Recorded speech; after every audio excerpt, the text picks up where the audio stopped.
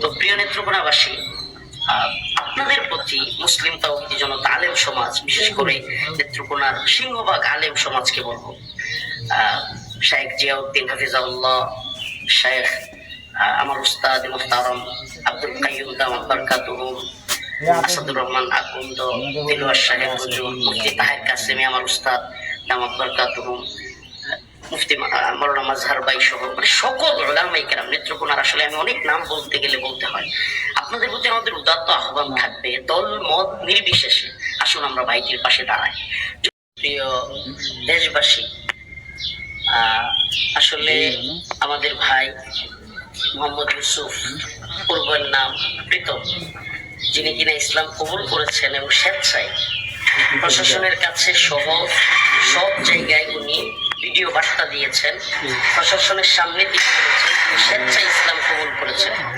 অথচ তবুও তার পরিবার তাকে চাপ দিয়ে থানায় ডায়েরি করে জোরপূর্বক থানায় হেফাজতে রেখেছে। সারা রাত আমাদের সেই নও মুসলিম সহজ সরল ভাইটি থানায় হেফাজতে, এবং মশার কামড় কিংবা যে কষ্ট থানায় আসলে সবাই ফ্লোরে শোয়া। আমি সারা রাত আস্তাগফিরুল্লাহ, আল্লাহ মাফ করুক, আল্লাহ ক্ষমা করুক, আমার কোনো শোনার উদ্দেশ্যে আল্লাহ আমাদেরকে ক্ষমা করুক যে আমরা মুসলমান। কিন্তু একটা ভাই আজকে পূর্বধলায় আমার থানায়, নিজ থানায়, আমার নিজ জেলায় এভাবে বন্দি অবস্থায়, তার অপরাধ সে স্বেচ্ছায় ইসলাম কবুল করেছে এবং তার পরিবার এই আমাদের ভাই নও মুসলিম ওসেকুল্লাহ রুমানি ভাই সহ ওনাদের অভিযোগ করে থানায় ওনাকে নিয়ে আসছে।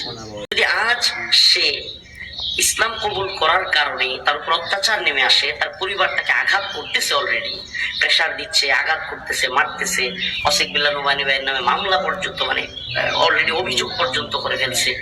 আজকে তাকে সকাল 10টায় কোর্টে তোলা হবে। এখনো পর্যন্ত আমরা ঘুমাইনি, ইনশাআল্লাহ কোর্টে যাবো, আমরা ঘুমাবো না। আপনাদের প্রতি উদারত আহ্বান, আমরা এখন সবার কাছে পৌঁছাইতে পারবো না, আমি রাত 3টায় শুনছি বিষয়টা। আপনাদের প্রতি উদারত আহ্বান, আপনারাও আমাদের পাশে থাকবেন। মুসলিম তাওহীদি জনতা সারা দেশবাসীকে বলবো, আপনারা এই ছেলেটার পাশে দাঁড়াবেন যেন ভাইটি তার ইসলামের উপর থাকতে পারে এবং স্বেচ্ছায় তার ধর্মগ্রহণকে মেনে নেওয়া হয়। আশা করি আসলে আর কিছু বলার নাই, আমরা ইনশাআল্লাহ কোর্টের সামনে অবস্থান নিব।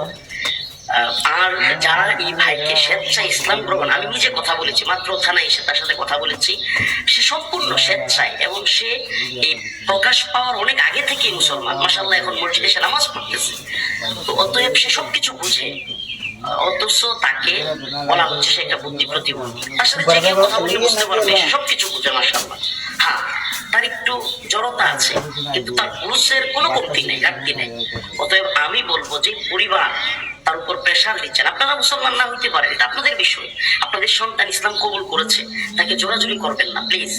আর যদি আপনারা অস্থিতিশীল পরিস্থিতি তৈরি করতে চান, আল্লাহ মাফ করুক, কে কি করবে জানি না, বা আমরা বেঁচে থাকতে সেটা হতে দিব না।